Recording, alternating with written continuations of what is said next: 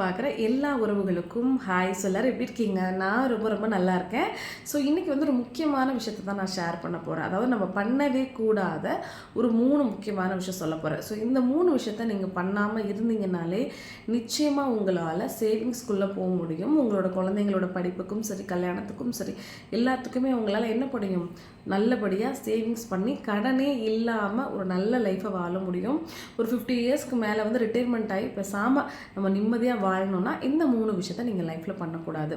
So அதை பற்றி தான் இன்றைக்கி நான் சொல்ல போகிறேன். ஸோ வீடியோக்குள்ளே போகிறதுக்கு முன்னாடி ஒரு சின்ன விஷயம் என்னென்னா, ஸோ இந்த வீடியோ வந்து அவ்வளோவா கிளாரிட்டியாக இருக்காது. ஏன்னா இது வந்து நான் காலையில் எடுக்கிறேன். ஸோ சன்லைட்டே கிடையாது. ஸோ நான் வந்து ஜஸ்ட் டியூப்லைட்டோட லைட்டில் தான் எடுக்கிறேன். ஸோ ஏன்னா நம்மக்கிட்ட ஃபோன் தான் இருக்குது, கேமரா கிடையாது. ஸோ அட்ஜஸ்ட் பண்ணிக்கோங்க, சரிங்களா? ஸோ வாங்க இன்றைக்கி வீடியோக்குள்ளே போகலாம். நான் அதுக்கு முன்னாடி மறக்காமல் நம்மளுடைய அம்மு பாசிட்டிவ் சேனலை லைக் பண்ணுங்கள், ஷேர் பண்ணுங்கள், கமெண்ட் பண்ணுங்கள், ஓகேவா? ஸோ வாங்க இன்றைக்கி வீடியோக்குள்ளே போகலாம். ஸோ எப்பயுமே நம்ம மிடில் கிளாஸ் பீப்புளோ இல்லை வந்து லோயர் கிளாஸ் பீப்புளோ பண்ணக்கூடிய பெரிய மிஸ்டேக் என்ன அப்படின்னா, வரவுக்கு ஏற்ற செலவுகள் நம்ம பண்ணவே மாட்டோம். புரியுதுங்களா? ஏன்னா நம்மளோட எய்ம் என்னவா இருக்கும்னா, higher class people, upper class பீப்புளோடையே நம்மளை கம்பேர் பண்ணிக்கிட்டே இருப்போம். அப்படி கம்பேரிசன் பண்ணுறதுனாலேயே நம்மளுடைய லைஃப் ஸ்டைல் எல்லாமே நம்ம சேஞ்ச் பண்ண வேண்டியது இருக்கும். ஃபார் எக்ஸாம்பிள், நம்ம போடுற ட்ரெஸ்ஸில் ஒரு ஷூஸ்லேருந்து என்ன ஒரு அக்சசரிஸாக இருந்தாலும் சரி, அவங்கள மாதிரி நம்ம இருக்கணும். அதுதான் நமக்கு மரியாதை, அதுதான் நமக்கு ஒரு நல்ல ஸ்டேட்டஸை கொடுக்கும். ஸோ அதனால் அந்த பிம்பத்துக்குள்ளே வாழ்கிறணுன்றதுக்காகவே இஎம்ஐயில் காரு, இஎம்ஐயில் வந்து பைக்கு, ஸோ இஎம்ஐயில் ஃபோனு, இஎம்ஐயில் எல்லாமே. ஏன் இப்போல்லாம் வந்து பார்த்திங்கன்னா இஎம்ஐயில் கிளாத்ஸ் கூட, அதாவது துணி கூட என்ன பண்ண ஆரம்பிச்சிட்டோம்? இஎம்ஐயில் எடுக்க ஆரம்பிச்சிட்டோம். ஸோ தேவையில்லாத கடன்கள்லாம் வாங்கி என்ன பண்ணுறோன்னா, நம்ம கோல்டு பர்ச்சேஸும் பண்ணுறோம். அதே நேரத்தில் கடன் வாங்கி கோல்டு பர்ச்சேஸ் பண்ணால் கூட பரவாயில்ல, ஆனால் அதே வந்து ஒரு கௌரவத்துக்காக என்ன பண்ணுறோன்னா, ஒரு எமர்ஜென்சின்னு வரும்போது அந்த கழுத்தில் போட்டிருக்கிறதையோ கையில் போட்டிருக்கிறதையோ என்ன பண்ண மாட்டோம். நம்ம மிடில் கிளாஸ் பீப்புள் நிறைய பேரோட மைண்ட் செட் என்னென்னா, கழுத்தில் நகை போட்டிருந்தா தான் நம்மளை மதிப்பாங்க. ஸோ கழுத்தில் நகை போடலன்னா மதிக்க மாட்டாங்கன்னு சொல்லிட்டு 5 பைசா வட்டிக்கு கூட கடன் வாங்கி அந்த விஷயத்தை செய்வாங்களே தவிர, கழுத்தில் இருக்கிற நகையை கழட்டிட்டு போய் பேங்க்கில் வச்சு வட்டி கம்மியான செலவுகள் பண்ண மாட்டாங்க. இது நான் நிறையா நேரடியாகவே நான் பார்த்துருக்கேன். ஸோ அதில் என்ன உங்களுக்கு கௌரவ குறைச்சல் ஆகிட போகுதுன்னு எனக்கு தெரியல. ஸோ முதல் விஷயம், இதை நீங்கள் ஃபஸ்ட்டு மாற்றிக்கணும். ஏன் சொல்கிறேன்னா, இந்த ஒரு விஷயம் கம்பேரிசன் இருந்தால் உங்களால் நிச்சயமாக பணத்தை சேர்த்து வைக்க முடியவே முடியாது. பக்கத்து வீட்டுக்கார வீடு கட்டிட்டான், நம்மளும் கட்டணும், இல்லை நம்ம பங்காளி வீடு கட்டிட்டான், நம்மளும் கட்டணும், இவங்க வந்து பொண்ணை வந்து இப்படி கட்டி கொடுத்துட்டாங்க, ஸோ நம்மளும் இப்படி கல்யாணம் பண்ணி கொடுக்கணும், பையனுக்கு வந்து 5 லட்ச ரூபா செலவு பண்ணி நல்லா ஜாம்னு கல்யாணம் பண்ணிட்டாங்க, ஸோ நம்மளும் அப்படி பண்ணணும். அந்த மாதிரி தாட் தயவு செஞ்சு விட்டுருங்க. ஏன் சொல்கிறேன்னா, என்ன தான் நீங்கள் செலவு பண்ணி கல்யாணம் பண்ணி கொடுத்தாலும் அவங்க வாழ போகிற வாழ்க்கையில் தான் எல்லாமே இருக்குது. புரியுதுங்களா? ஸோ கம்மியாக செலவு பண்ணாலும் சரி, அதிகமாக செலவு பண்ணாலும் சரி, அவங்க வாழ்கிறது நல்லா வாழ்ந்தால் தான் அது ஒரு பேராக இருக்கும். அதே மாதிரி எவ்வளோ நீங்கள் போட்டு கட்டி கொடுத்தாலும் போகிற இடத்துல அந்த பொண்ணை நல்லா வச்சுக்கிட்டா தான் உண்டு. புரியுதுங்களா? ஸோ இந்த காலகட்டத்தில் வந்து நகை போட்டால் தான் நல்லா வச்சுக்கிறாங்கன்னு கிடையவே கிடையாது. நம்ம நியூஸ்லலாம் எவ்வளோ கேள்விப்படுறோம். வரதட்சணை கொடுமை எவ்வளோ கொடுத்தாலும் வாங்குறவங்களுக்கு தீரவே தீராது. ஸோ நம்ம தகுதிக்கு ஏற்ற மாதிரி நம்மளால் சாஸ்திரம் சடங்கு எப்படி பண்ண முடியுமோ அந்த மாதிரி பண்ணுங்கள். இது இந்த விஷயத்தில் மட்டும்தான் நடக்குதுன்னா கிடையாது. அவங்க பையன் இந்த ஸ்கூலில் படிக்கிறான், ஸோ நம்ம பொண்ணு அந்த ஸ்கூலில் தான் படிக்கணும். அந்த மாதிரி நிறைய கம்பேரிசன்ஸ் இன்றைக்கி நடந்துக்கிட்டே இருக்குது. ஸோ பக்கத்து வீட்டு பையன் வந்து பைக் வாங்கிட்டான், உடனே நம்ம வீட்டு பையனுக்கு என்ன செய்யணும்? உடனே ஒரு 2 லட்சம் கொடுத்து நம்ம பைக் வாங்கி கொடுத்துடணும். வேலைக்கே போகாத காலேஜ் போகிற பையனுக்கு எதுக்கு அவ்வளோ செலவு பண்ணணும்? இதெல்லாம் நான் கண்ணால் பார்க்குற விஷயத்த தான் நான் இன்றைக்கி உங்கள்கிட்ட சொல்லிக்கிட்டு இருக்கேனே தவிர, ஸோ இது எதுவுமே வந்து நம்ம கற்பனை கிடையாது. ஸோ முதல் விஷயம், கம்பேரிசன் பண்ணுறதை நீங்கள் என்றைக்கு நிப்பாட்டுறீங்களோ அன்னைக்கு உங்கள் லைஃப்பில் நீங்கள் ஜெயிச்சிட்டீங்கன்னு அர்த்தம். அடுத்தவங்களுக்காக நம்ம வாழ்க்கை வாழ கூடாது, முதல் விஷயம். 2வது விஷயம் என்னன்னா, தன்னுடைய தகுதிக்கு மீறின கடன்களை வாங்கக்கூடாது. புரியுதுங்களா? முதல் விஷயம் கம்பேரிசன். 2வது தகுதிக்கு மீறின கடன் என்னன்னா, நம்மளோட தகுதிக்கு நம்ம எந்த அளவுக்கு ஒரு ஹவுசிங் லோன் போடுறோன்னா, கண்டிப்பாக வீடுங்கிறது முக்கியம், அதுக்கு நம்ம லோன் போட்டு தான் ஆகணும்.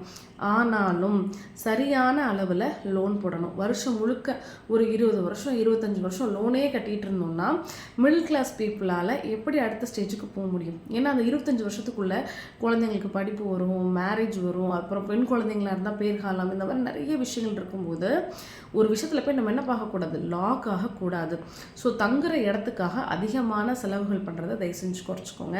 இன்னும் நிறைய பேர் வந்து பார்த்திங்கன்னா அவங்களுடைய இன்கமுக்கு மீறின லோன் போட்டுருவாங்க. அந்த ஹவுசிங் லோனில் மாட்டிக்கிட்டு இன்றைக்கி நிறைய பேர் ரொம்ப கஷ்டப்படுறாங்க. அதை நான் கண்ணால் பார்க்குறதுனால சொல்கிறேன். ஸோ தயவு செஞ்சு அப்படி பண்ணாதீங்க. தங்குறதுக்கு நமக்கு வீடு இருக்கா போதும், இல்லைன்னா ஒரு லீஸுக்கு வீடு எடுங்க. ஆமாம், இல்லை லீஸுக்கு எடுக்க பணம் இல்லைன்னா இப்போதைக்கு நீங்கள் வாடகை கொடுத்துட்டு லீஸுக்கு கொஞ்சம் கொஞ்சமாக சேவ் பண்ணுங்கள். அது வரைக்கும் வாடகை வீட்டில் இருங்க, தப்பே கிடையாது. ஓரளவுக்கு ஒரு அமௌண்ட் நம்மளால் சேர்த்து வைக்க முடியுதுன்ற பட்சத்தில் கொஞ்சமாச்சும் ஒரு ஹாஃப் சேர்த்து வைங்க, ஹாஃப் லோன் போடுங்க. தயவு செஞ்சு 25 வருஷம்லாம் லோன் கட்டாதீங்க. மேக்ஸிமம் 10 to 15 இயர்ஸே அதிகம் தான். அந்த இயர்ஸ்க்குள்ளே நீங்கள் லோன் கட்டுங்க. உங்களோட லைஃப்பில் ஒரு பெரிய பேர்டன் சுமை குறைஞ்சிரும். இது 2வது விஷயம். 3வது முக்கியமான விஷயம் என்ன அப்படின்னா, வீட்டில் இருக்கக்கூடிய பெண்கள், அவங்க வந்து மிடில் கிளாஸ் பீப்புளாக இருந்தாலும் சரி, இல்லை லோயர் கிளாஸ் பெண்களாக இருந்தாலும் சரி, வீட்டை டெக்கரேட் பண்ணணும்னு சொல்லிட்டு அன்வான்டான பர்ச்சேஸ் பண்ணுறது, அன்வான்டாக நிறைய விஷயங்கள் வாங்கி வாங்கி வாங்கி வைக்கிறது. ஸோ எனக்கு தெரிஞ்சு கிச்சனுக்காகவே இன்றைக்கி வந்து மாதம் மாதம் செலவு பண்ணுற பெண்கள் எல்லாம் நான் பார்க்குறேன். ஸோ அவங்க ரொம்ப வசதியானவங்களாக இருக்காங்கன்னா அவங்களுக்கு வந்து பர்ச்சேஸ் பண்ணுறதுங்கிறது ஒரு பொழுதுபோக்கு. ஆனால் நம்மளை மாதிரி இருக்கிறவங்களுக்கு 1 நாள் 2 நாள் சம்பளம் தான் அந்த பர்ச்சேஸுக்கு உண்டான விளங்கும் போது, தயவு செஞ்சு என்ன சொல்கிறது, இப்போ கேரட் நறுக்கிறதுக்கு ஒன்று, வெங்காயம் நறுக்கிறதுக்கு ஒன்று, இந்த மாதிரி தக்காளி நறுக்கிறதுக்கு ஒன்று, தயவு செஞ்சு இந்த மாதிரிலாம் வாங்காதீங்க. நம்மளே அழகாக நமக்கு தேவையானதை கட் பண்ணிக்கலாம். அப்படி நம்ம செஃப்பாக வேலைக்கு போகிறோம் கிடையாது, வீட்டில் 4 பேத்துக்கு சமைக்க போகிறோம். அதனால் அந்த மாதிரி மணி வேஸ்ட் பண்ணுறது தயவு செஞ்சு விட்டுருங்க. வீடை ஃபுல்லாக டெக்கரேட் பண்ணுறதுக்கு சிம்பிளாக பாசிட்டிவான திங்ஸ் மட்டும் வைக்கணும்னா நீங்கள் செலவு பண்ணலாம், தப்பில்லை. நீங்கள் வந்து அன்வான்டாக தேவையே இல்லாமல் அலங்காரம்னு சொல்லிட்டு பேரில் கூட நிறைய நெகட்டிவான விஷயத்தை வாங்கிட்டு வந்து என்ன பண்ணுறோம், நம்ம உள்ளே அப்படியே வீட்டில் டம்ப் பண்ணி வச்சிடுறோம். அந்த மாதிரி பெண்கள் சிக்கனமாக அந்த குடும்பத்தை கொண்டு போயிட்டாங்கனாலே கண்டிப்பாக உங்களால் சேவ் பண்ண முடியும். நிறைய சாரீஸாக வாங்கி அடுக்காதீங்க. தேவை இருக்குங்கும் போது நீங்கள் வாங்குங்க. தேவை இருக்குங்கும் போது உங்களுடைய அக்சசரிஸ் நீங்கள் வாங்கிக்கோங்க. முக்கியமாக வீட்டில் இருக்கக்கூடிய பெண்கள் சரியாக இருந்தாலே, அது லோயர் கிளாஸாக இருந்தாலும் சரி, இல்லைனா மிடில் கிளாஸாக இருந்தாலும் சரி, நீங்கள் நிச்சயமாக சேவிங்ஸ்குள்ளே போயிடுவீங்க. இப்போ இந்த 3 விஷயத்தையும் நான் ஃபாலோ பண்ணுறேன். நான் கம்பேரிசன் பண்ணி என்னோடய பணத்தை வீணாக்கலை, அதிகமான ஹவுசிங் லோன்லாம் போடலை. 3வது, நான் வீட்டில் இருக்கக்கூடிய பெண் வந்து நான் ரொம்ப சிக்கனமாக இருக்கேன். இந்த 3 விஷயத்தையும் நான் ஃபாலோ பண்ணுறேன். ஆனாலும் என்னோடய கடனும் அடையலை. எனக்கு வந்து அதிகப்படியான என்ன சொல்கிறது, சேமிப்புக்குள்ளே என்னால் போக முடியலன்னா, நீங்கள் பண்ணுற மிஸ்டேக் என்னென்னா, உங்களோட வருமானத்தை கூட்டலைன்னு அர்த்தம். அதுதான் நீங்கள் பண்ணுற மேஜர் மிஸ்டேக். இந்த 3 விஷயத்தில் நீங்கள் எதை பண்ணுறீங்கன்னு பார்த்து ஃபஸ்ட் அதை சரி பண்ணுங்கள். இல்லை நான் 3மே கரெக்டாக தான் பண்ணுறேன்னு நினைக்கிறவங்க, அப்போ என்ன அர்த்தம், நீங்கள் வாங்கக்கூடிய சம்பளம் இந்த காலத்துக்கு பொருந்தலைன்னு அர்த்தம். அப்போது உங்களுடைய வருமானத்தை பெருக்கிறதுக்கு நீங்கள் என்ன பண்ணணும்னு பாருங்கள்.